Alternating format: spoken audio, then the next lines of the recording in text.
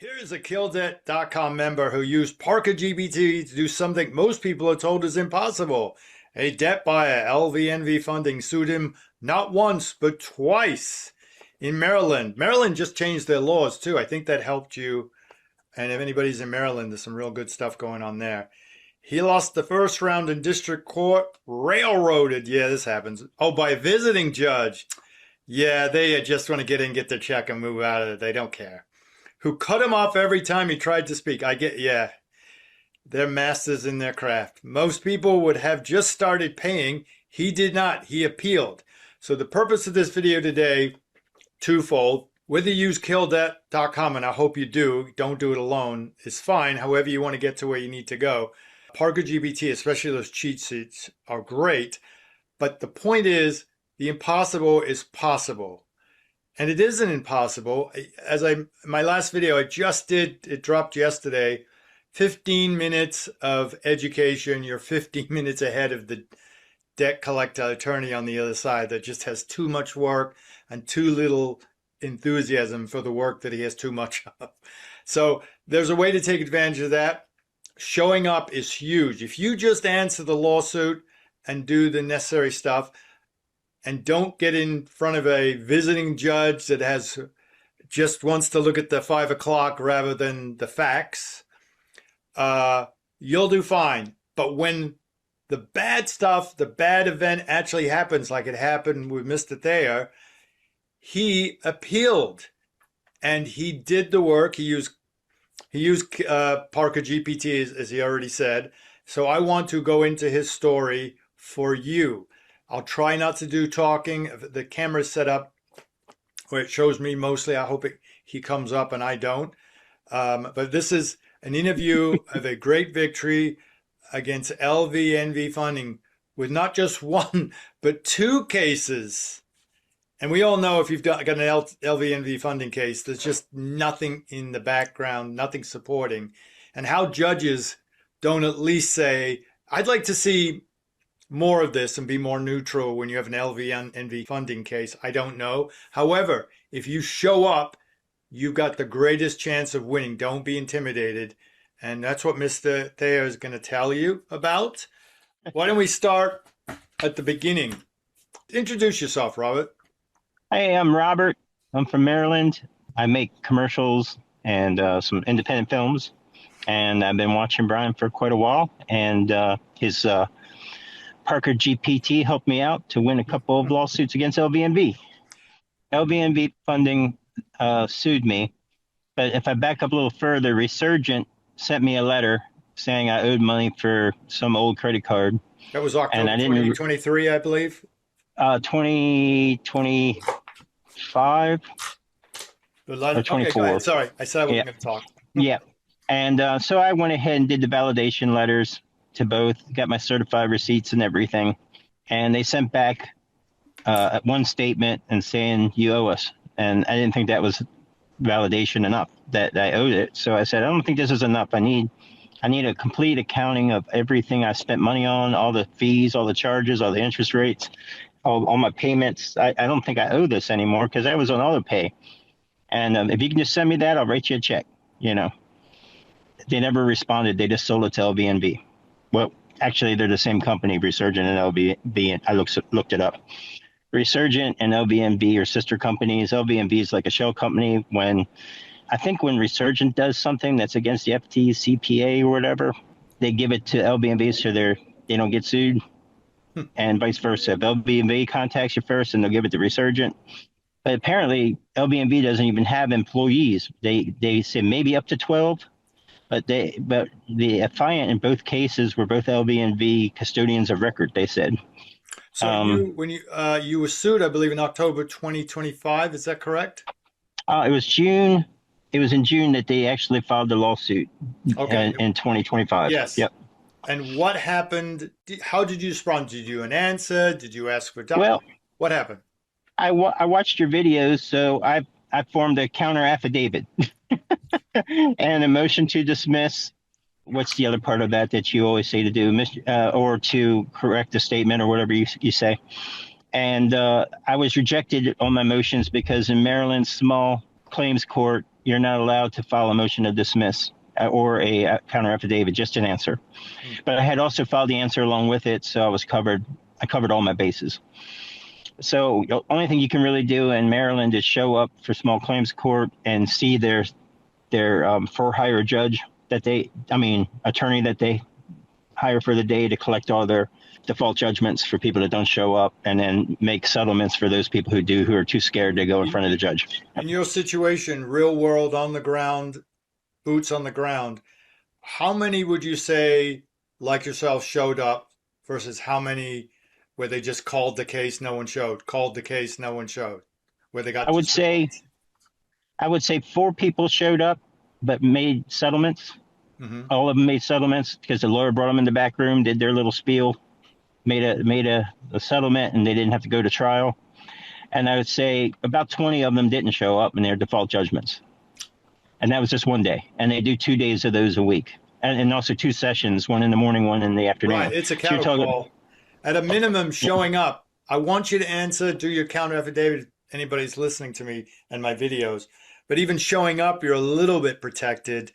But as you're going to see, while it kind of went backwards, ultimately the law and the rules and common sense prevailed. So you went to district court, saw the charade. Did it seem like the attorney and the judge, I shouldn't say it like this, but what were your impressions of the relationship of the attorney and the judge?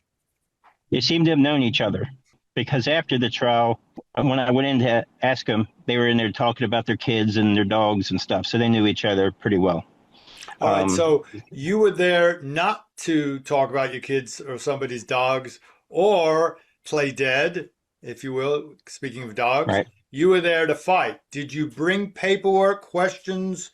What did you use to be ready? I used everything that I had in my counter affidavit and brought it with me, notes.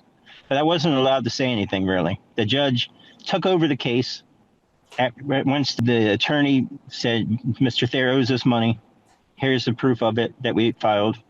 And we requested a judgment, right? He did his job, and then he kind of just sat down, and then the judge took over, and she started questioning me, did all the questions he's supposed to do, and tried to make me feel like I was ashamed of myself and all this other stuff. And then every time I said, it doesn't matter right now, all the things you're asking me. The problem is they haven't proven the amount is owed. They haven't proven that they own it. And the person that has certified it doesn't have personal knowledge of any of it. So if we go through those things, they have no case to even have standing to be suing me. She wouldn't let me finish those sentences. She just kept cutting me off. Then at one point I brought up Bartlett versus Portfolio Recovery, big case in Maryland. Of course, he lost, but rules have changed because of that loss to cover the consumer better. And I was going to explain that to the judge. And then that's the only time the attorney stood up and said, and interrupted me. He didn't want me bringing that up and putting it on the record. He interrupted me, didn't let me talk. I was flustered. I was nervous. And I just sat back, and all I could do is watch the judge grill me and make me feel like I was, an inch tall, and say, here's the paperwork, you owe it. So judgment in favor of the plaintiff. That's all she did. And he sat back smiling. The attorney, he didn't do anything. He just kicked back and looked at me smiling like, you poor son of a, sorry about the language, but you poor dude. Because, you got an attorney against you, you've got a judge against you, and you're pro se. And she doesn't apparently like pro se, because she didn't, why don't you have an attorney with you, Mr. Thayer? She asked me, and all these other things. And I said, because it's simple. There's no facts in this case. That's why. And she didn't want to hear that. I said, I got it right here. It says you owe it. That's all she wanted to do, get it over with, like you said. So you laid down and cried and didn't do anything else after that. End of story, right? Yeah, right. First, I laid down and cried, put my little thumb in my mouth, and hugged my mother-in-law and said, I think I'm just going to pay this. I've been defeated. I cannot believe I lost this. I mean, it's just common sense. The stuff they give is trash. Everything there. I mean, dates were wrong. The bills of sale didn't have a date between Concora and Resurgent. There was no bill of sale dates, so they were never executed. The bill of sale was never executed, so how could it be enforced? And they sold something before the bill of sale was executed, and then there were several bills of sale that were 21 days signed after it was executed, or actually the transfer occurred, but they sold it before it was executed. There's so many problems with the chain of title. They Why didn't is talk that about important concerning your next step? Well, when I kept talking to myself, how did I lose? How did I lose? How did I lose? And why? When do I pay? And the funny thing is, I went to go on the LVNV's website to pay, just to see how much and if I could make a payment plan or something if I needed to. It went to Resurgent. Didn't even go to LVNV. Resurgent was doing it. So they're acting as at the beginning of the video. Yep. All right. So what'd you do? You got up after a 5-minute pity party, and what'd you do? I said, I'm mad now. I'm going to appeal. And it's going to cost me $350 to file both cases, 100 and something each. Oh, just 65. To be clear again, you lost 2 cases. Yeah, I lost 2 cases. I believe the case numbers were one after the other, too. Yep. They filed the same day, and I was served. I walked out in the driveway, and he was just sitting there. He just got there. I didn't even know anybody pulled into the driveway. So I just took him. I was very polite to the guy, and I said, I used to serve papers. I'm in court docket a lot because I used to serve papers, so I knew the job. It's not an easy job doing what he's doing. But so I got mad, and I said, there's no way these people should win this because A, they only paid $40 for $1,000 debt, if that. 2, they don't have enough information to prove they own it. They don't have enough information to prove the amount's correct. They haven't given all the evidence required to win. So I'm going to go ahead and appeal. And Did you appeal? I appealed. I filed. What did you use to do all this work? I went on your website and I signed up to Killdebt.com. Went on to ParkerGPT, uploaded the whole lawsuit. And what it did was it analyzed the whole lawsuit and it started finding defects that I didn't even notice existed. And then I said, I want to appeal this judgment. And so it went ahead and it wrote I didn't have to write anything in Maryland. It's so simple to file things in Maryland. They have it all on forms now, especially for the debt collectors. They love the money that they make on all these filings from the debt collectors. They're not going to do anything to keep them away. They're going to make you fight for it if you want to win, because they're making $150,000 a day in each district court, at least, probably off of filings. That's cash cow for our judicial system. I don't believe they really are for the consumer in that regard, because there's too much money coming in from all these debt collectors and debt buyers. The court system, they're not for the consumer? Yeah, the court system. Yeah, I don't think they're for the consumer at all, because they are to an extent. But if you look at the rules, they make it very easy for debt collectors to collect in court. You went and used the court system in the circuit court to appeal the district court system. Why did you have confidence? Because I knew. Go ahead. Well, it was going to be a Novo trial, which means they couldn't use anything that happened in the first trial. It was a new small claims court trial, but being heard by a circuit court judge. De Novo. Yes, De Novo. Which means we're going to start all over again, new judge. We're not going to have new any judge, opinions either one way or the other. A circuit court judge who I voted for. Well, she was appointed. I voted for her before when she was a district court judge. Mm-hmm. But she was a district court judge for quite a while, and she had done debt collecting cases for years, and so she understood a little bit. But I don't believe the judges actually understand the law on the consumer side as much as they need to, because everybody doesn't show up and everybody settles. So they don't really have people like me coming in and saying, hey, I contest this. I don't know this to them. And they don't have that. So they don't have trials. They don't know the law, but they have to pretend they do. And I am cutting you off a little bit. I want to make this so we can show how good you did. You filed an appeal. You said you used ParkerGPT. Yes. And briefly go over your appeal, meaning what you alleged was bad about the work that LVNV Funding and the district court judge did and was wrong. I didn't really have to give a reason. I did, in Maryland, it's automatic. If you want to appeal, you can. And it's automatically accepted if you pay the money. And then you go to a hearing, and then they decide if they're going to go to, actually have a formal trial. And when I went to the hearing, I used ParkerGPT to have all my defects put in there, why I should have a trial. I also said I need discovery. I can't really tell if this is the amount I owe if I can't actually go over everything I've paid and all the fees and all the interest charges and all the credits or whatever, and add it all up and make sure this is the right amount. And she agreed with me, and she looked at the second substitute attorney that we had. There was three altogether. This is a different person. When you say she agreed with you, you took this paperwork to a hearing? Yes, we were in trial, like a little trial. It could have been the trial, but it turned into a hearing because it didn't go to trial yet because I didn't have enough information to do a trial. Was this the appellate hearing where she was going to decide who won the appeal? Yeah. And then I said, I can't. Paperwork. Yep. Did you give anything to her showing exactly your position?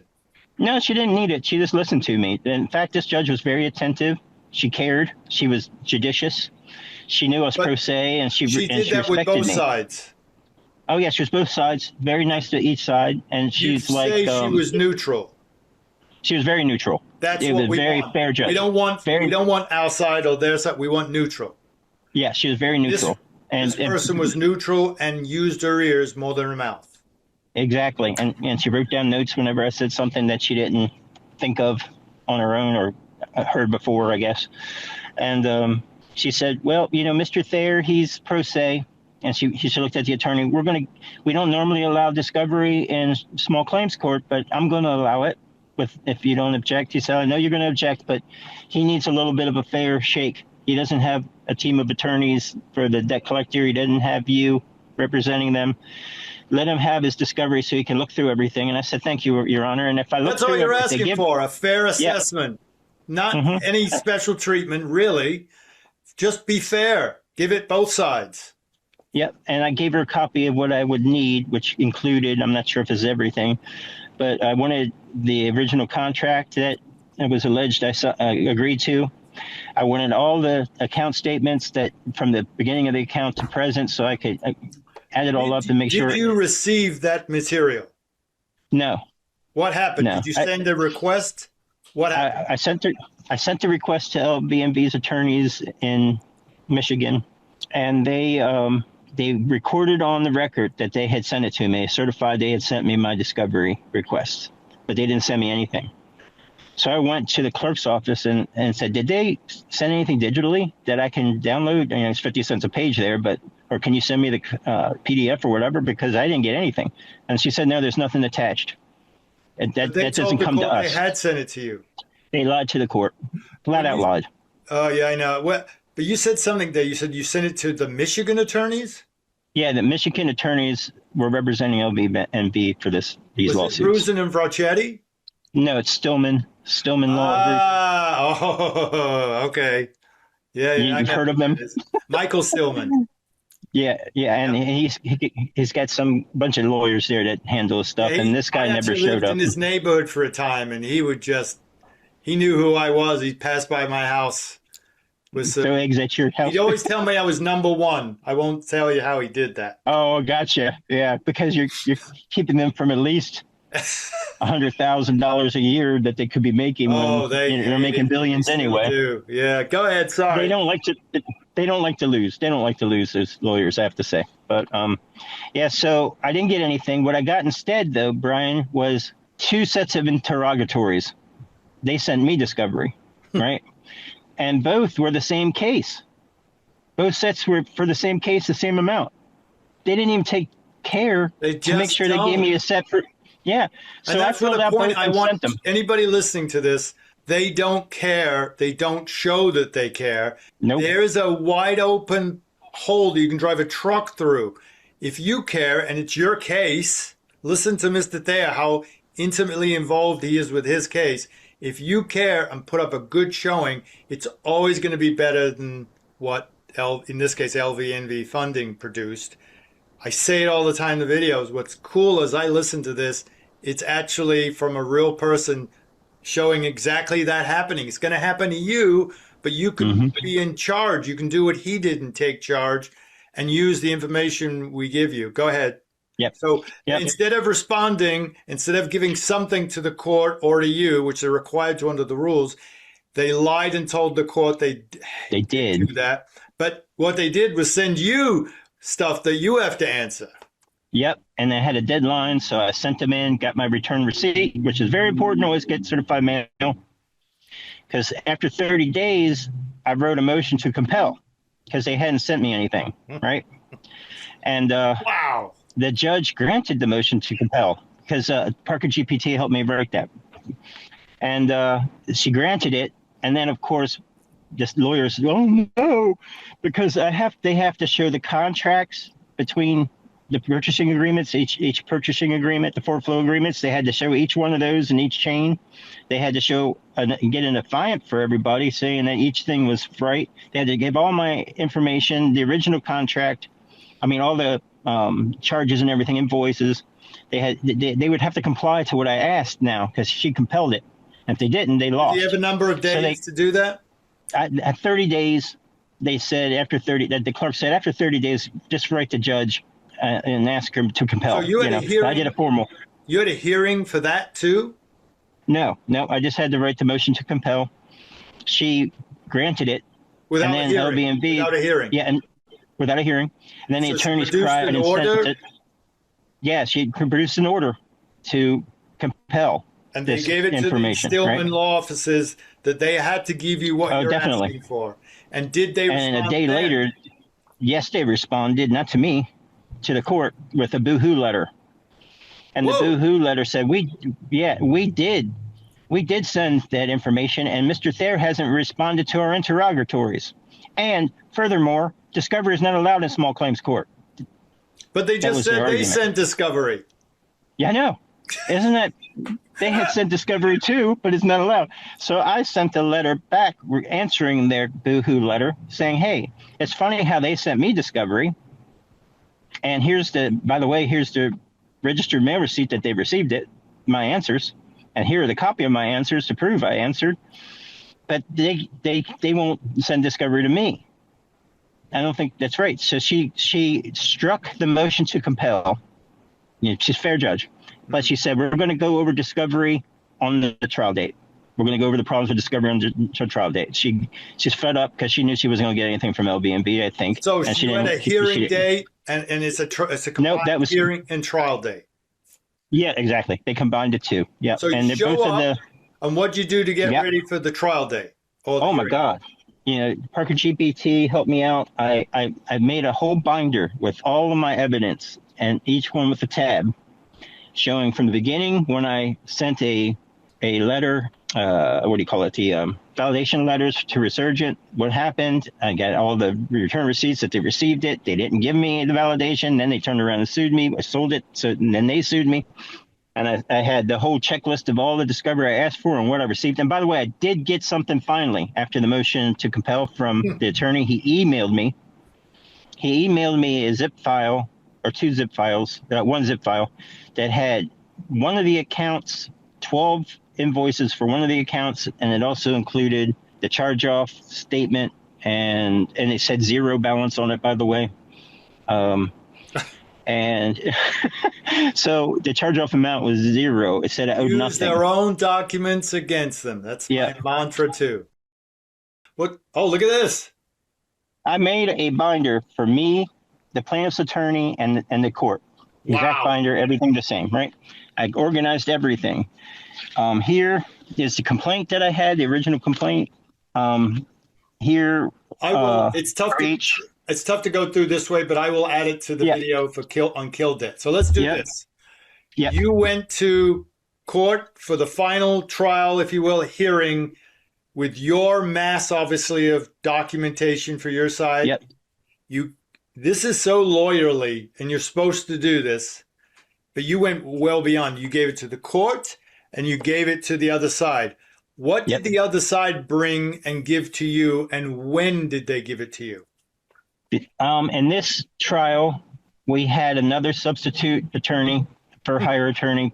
How many attorneys does that make now that showed up? It's 3 different ones. Yeah. And I actually knew her because she was the attorney for my mother and my father and mother's divorce. So I knew her from years ago. Wow. But you know everybody. Yeah, well, it's a small area, a small county. She had 5 pieces of paper that LVNV gave her Friday for the Monday trial. She had no preparation at all. She This is told the so judge, true. This is a real case. That's what happens in court, folks. You got no reason to be scared. yep. So she had to say before the trial started, I know you're going to talk about discovery, but unfortunately, I know nothing about it. She admitted I don't know anything about what Mr. Thayer has gotten, hasn't gotten, what they say he got, what the LVV hasn't sent, has sent, what they sent me, and what they didn't get. I don't know anything about it, so I can't testify. I can't do anything, Your Honor. no So the witness, judge, nothing. no witness, nobody, nothing. Just 5 pieces of paper and whatever was already on file with the original lawsuit. That's the only thing she could go by, and that's what she said. You'll have to refer to the original lawsuit for the evidence. Yeah. So the judge was like very disappointed. We were supposed to go to You trial present today. your side. Oh, she gave me a chance to, but first she said, I'm very disappointed because we're supposed to have trial today and it appears you're not prepared for trial today. It's only been 90 days since the last time we met about this case. And, but I'm going to listen to what Mr. Thayer has to say. And she gave the whole hour to me uninterrupted to go through every note, everything, every argument. And then the attorney did her best. One time she tried to shame me. The only time Mr. Thayer disputed this debt was when he decided not to pay. Yeah, that's I talk about that too. When they know they're losing, they make it about you didn't pay. But if you Personal. don't own the debt, you got no business or right to make that. That's down the road. And they failed. That's not nice. But that's what you face. So, yeah. I was very comfortable at that time because the judge was really listening to me, writing down notes, going through every page as I went and looking at it as I explained what was going on with all the defects that ParkerGPT helped me find. And I told her after she said that, I said to the judge, I said, Your Honor, she has no idea if I ever disputed this or what the deal is with this debt or how it occurred or why it is existing or if it exists. So for her to say something like that should just be stricken. That's just not, that shouldn't be part of the record. That has nothing to do. That's a personal attack. Oh, you know. Oh, and she just said, yeah, you're right. We're just strike that from the record. That doesn't have any bearing on the case. I've got goosebumps right now. Yeah. Holy She was very cow. nice. And then she said, okay, then she wanted to go through everything with me. And then afterwards, she asked me if she could have my notes. And I told ParkerGPT, I gave her my notes. And they said, oh, you shouldn't have done that because you have to give it to the other lawyers. And they're going to see all your secret plans, right? Mm-hmm. I said, well, I gave it to the other lawyer, too. I actually delivered them to her office right after I got home. I had to make another copy. I gave her my actual notes for court to the judge, and they got a complete copy to the other side. And then she said to me, can you explain to me about these forward flow agreements and what exactly you needed to prove this? Because she didn't understand it. I said, well, Your Honor, you can see that every one of these bills of sale refers to a forward flow agreement that talks about the terms and conditions of each sale. And if you don't have the forward flow agreement to see what the terms and conditions of the sale are, you can't tell what they bought and what they didn't buy, or if they bought anything, or if they have the right to sue or anything, right? So without those, these bills of sale are incomplete. These are just the cover sheet to the whole sale. I found somebody in America that actually listens to my videos. Oh, I listened. I watched them. I was so nervous. I don't want to give these people money. So I learned and researched and looked in. And then sometimes I have to admit to you, Brian, that sometimes ParkerGPT got Maryland law wrong. And I had to go in and say, and they said, you know what, you're right. They would come back and say, it's not perfect. But what I find when it does that to me is it makes me learn. And now I never forget it, but I don't want that. We work every day to make it perfect. Trust me. Yeah. So she went through that. And then we went through the date defects on each bill of sale because most of them were post dated. And I said, look, when I go to Walmart and I buy something, I get a receipt with a date on it. I don't get it 21 days later with a 21 post date on it. I did that transaction there. In Maryland, it has to be executed the same day the transaction's made. These were post dated 21 days, 17 days out sometimes. And one of them didn't even have a date. And so she said, okay.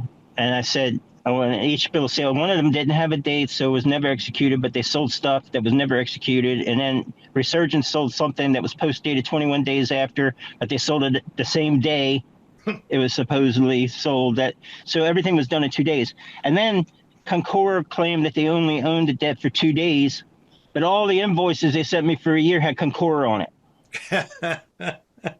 So I said, so I'm confused. Yeah, you're not. Yeah. You're not confused. I wasn't confused. You're supposed to be. So that's what I told the judge. I'm so confused about this. You got all the stuff in. She stopped asking you questions. Did she make a decision there, or she put? Oh, no. She said, I'm going to take all these notes. I'm going to read through all of them. I'm going to look up the law. I'm going to check and see if this is hogwash or if it's legitimate. And I'm going to write an opinion. And did she? I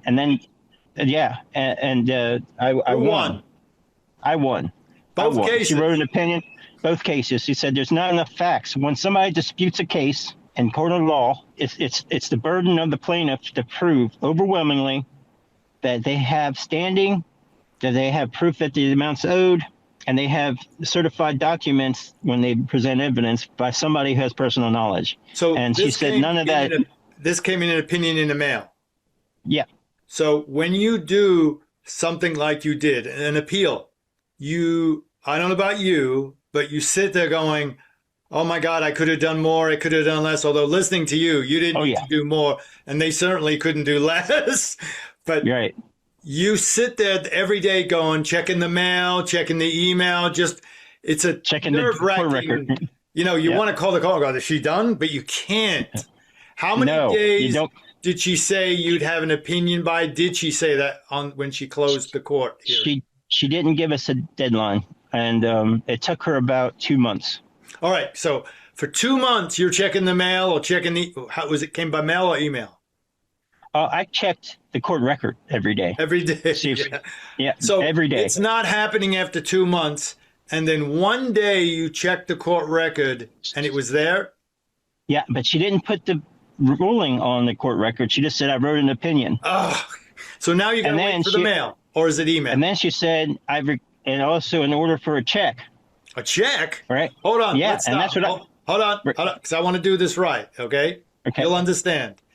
So did the opinion from the court come by mail or by email? Came by mail eventually. Okay, but I didn't wait. It took 2 months. Hold on. So you get this letter, and do you know what it is before you open it? Yeah, because I went to the court and downloaded the documents. I wasn't going to wait for the mail. Oh, so you saw the opinion before it came in the mail? Yep. So now you click on this PDF. Before you read it, describe your heart, your stomach, and your brain. Well, I only could see what they put on the website. There was no PDF, and they only put so much information on the public website. Okay, the attorneys have access. There. Did they tell you don't tell me, did they tell you on the court record whether you won or lost? They don't tell me if I won or lost on the court record. So you got the first opinion knowledge was through the mail? Yeah. No. Okay. Because you get this envelope. No. I didn't get it by mail first. I saw the opinion had been made on the court record online. Mm-hmm. So what I ended up doing was going to the courthouse and paying for a copy of it. Okay, stop. And I was... Stop. Yep. I'm going to do it again. Tell this before you read it. And what I'm asking you is, this is what happens in law. When you do an appeal, you're like, oh, what we do as attorneys, and maybe you did this, is we go straight to the bottom. We don't want to hear the explanation. We go, and in conclusion, so what did you tell me your heart, your stomach, and your brain, and then describe after that? Well, when I first saw that there was opinion, I was very nervous I lost, because I lost so badly on the last case. And I was thinking, I'm going to have to appeal again. I wasn't going to give up. I told the other lawyer, I said, I'll go to the Supreme Court if I have to, because this is all BS. I was scared to death I lost. I saw this thing where a check was ordered. So I started ChatGPT. Well, when you get a judgment, do they ask it for a check? Do they order a check? And then they said, no, they have to come up with a way to, get a payment plan, or they garnish your wages or something. They don't ask for a check usually. I said, what check are they trying to get? And then I remembered I had asked for my court costs back. And I said, well, maybe it's an order for LVNV to pay me. That would be great, right? Did you And go into the courtroom and you said you went to the courthouse and ordered it, you paid for it. Did you read yep, it right then and there, or did you go I into the read it car? right. I read it right then and there. And every page, I didn't go right to the bottom like a lawyer. I'm not one. I would like to be one, maybe, but Hmm. maybe I'm too old now. You got the But chops. yeah, I went to I read the whole thing, and it looked bad. It looked like I was going to lose. I'm reading. I get to the Yeah. third page. Get to the. This says, however, and Oh no, that is comma. so typical. I do that. I'm like, oh shoot. Yeah, How? But on the other hand, I'm like, wait a minute. And yeah, so these, yeah. you're on a roller coaster of emotions, right? I'm thinking This I is what lost. I lost happens. a Go lot. ahead, Mr. Lawyer. Keep going. I lost. I lost. I lost. I kept thinking. Then it said, however, when someone appeals in a court of law in Maryland, the burden of proof is on the plaintiff to prove their case beyond the shadow of a doubt or beyond the whatever that phrase is. And they failed to do this, so we are in the judgments in favor of the defendant, the appellant, and we also are putting in an order for a check to be made to Robert Thayer for court costs. Did you I was reread like, it, not believing it? yeah, I read it again to make sure I read it right. Yeah, And then yeah. I looked up and I said, I won, right? And everybody in the clerk office laughed. They were all smiling at me. And then Oh, that the is clerk came by and nice. said, yeah, you did win. You did. Because she came back with a couple more copies for me. And I said, oh my God, I can't believe I won. So I went. First thing I did, my mother-in-law's up in Maine at her camp. I called her because I went crying to her when I lost last time. And she said, it's okay, just pay it. And she didn't expect me to win because who wins in court when you don't have a lawyer, Hey, right? you sound like you have a good, close relationship with your mother-in-law. Is that true? Yeah, yeah. She lives with us. Her husband died. She came up to live with us. We don't charge her anything, but she insists on doing some housework and stuff. And she didn't have to, but she insists on helping around the house. And she's a big friend to me. So she's always Good, around, and good, good. I'm there for So her too because she's getting older. Yeah. let's do this. So You're obviously a very nice person. Um, I asked you to write a narration of everything that happened from beginning to end. mhm. Briefly, give us a narration, thoughts, feelings, what you did, patting yourself on the back. Just give us a little quick summary. Oh, I would have to say it's been a roller coaster ride. You're nervous. It takes forever for trials to show up. You see that you have a summons coming in the mail or someone's going to serve you. You see it. You start getting letters from people. Hey, you're getting served. All these lawyers look at that and they send you things and they want your business or whatever. And then you tell your family, hey, if somebody shows up at the door, maybe you shouldn't answer. But you don't know. Wait till me. I'll get it when I show up. And they all know to be aware. And I didn't mind taking the paperwork because I figured if I owe it. I'll pay it. If they can prove I owe it, I'll pay it. I told the judge that too. I said, if they can give me proof, I will pay it and I won't bother the court with their time. And she appreciated that. But anyway, so it's been a roller coaster ride, up and down, filing things, doing the wrong thing, filing something that's not allowed in Maryland. You learn from it. The judges don't send you to jail about it if you make a mistake. They just dismiss your motion because they can't even look at it. They're not supposed to have motions for dismissal in Didn't Maryland. Maryland just pass a law saying the debt collectors have got to show more information if they try to default you? Things like that? I think that might have happened with the Bartlett portfolio case Hmm. a long time ago, and they had to do a little bit more. Yeah, Hmm. and Just a little the bit. judge, yeah, and that was already in play in my case. So they did check all the boxes. And the attorney in the appellate court that was for LVNV substituting for their lawyers was on the rule committee. And I said, well, that's why they get away with so much. I mean, because you got attorneys like this, helping them win. Wow. Yeah. I said, I mean, if you get people that don't write rules that are fair for both sides, You of said that in course, court? yes, I said that. Because I was upset. Wow. I said, I can't believe you're part of the problem. Then if you're on the rules committee and you allow all this stuff to go through without any proof, all they have to do is check boxes. Oh, they need some invoices to show that they ever paid something or bought something. Boom, check off. They need an affidavit, checked off, even if it's their employee, who I said You can't have somebody sign an affidavit under duress. She said, what do you mean under duress? I said, that's her job. She doesn't sign, she gets fired. That's called duress. Wow, So, you are terrific. yeah, I loved it. I so much want to do what you do, but I don't know if I can do it. You know, I don't know. Well, I got a lot I of gray hair. Believe me, it drives me. I didn't sleep last night because of a case. You don't want this. So, Well, I'll tell you, I love it. I mean, I loved it, and I can't wait. I wish I get sued again. I couldn't wait. I can't wait to do it again. You'll be so surprised how many people I talk to with consultations or whatever. And I go, hey, you really should settle this. They'll just pay me a little something. And they go, we're not doing that. I remember a husband and wife team did this to me. I go, you got a great opportunity. They know they did wrong. They're going to give you, but we're having too much fun. Yeah. It's fun. We're having too much. But it's fun when you win. I get it. And you'd be pissed off if you lost, and you should be. Well, I would appeal. But you got a fair judge. Yep. Yeah, she was very good. I'm glad we have her there. And it's not my side or their side. It's a neutral judge. That's all we ask. Yep. Just look at the facts or lack thereof. That's all I ask. All right. Thank you very nicely. I'll put thank you for being. Thank you for doing this, Brian. I mean, if you didn't have that up there, I wouldn't have been able to. ChatGPT made a mess of the documents I did on my first case, allowing me to write a motion to dismiss, because that's what I used first. I didn't want to pay for your site, but then after I lost this, I got to pay something. I got to do it right. And once I saw they knew what they were doing, ParkerGPT was writing things correctly, and if I found something that I realized wasn't for Maryland, I said it, and it fixed it right away and rewrote it. No problem. All right. And so thank you for your time and your efforts, but most of all for this video that is so good for people. I hope people listen. And the number one thing I want out of this whole thing is don't give up. The impossible is only impossible if you make it impossible.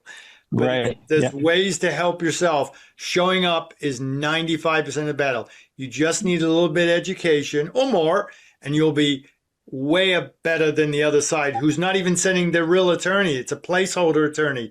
And I think you said in your case, you saw 3 of them. Well, right? 3 different attorneys that they sent, substitute attorneys. They never showed up themselves. The only time I ever communicated with the actual attorney from LVNV was the email. And I never responded to them. I just took the information, printed it out. Oh, and by the way, the discovery they sent, there was a case that wasn't even mine. They sent me discovery 4. All right. We'll see you later. We'll talk. All right, Brian, thank you very much for ParkerGPT, and anybody out there who thinks they can't win a case, you should just go ahead and get on there, get it done. You're going to win. Trust me, you'll win. See you later.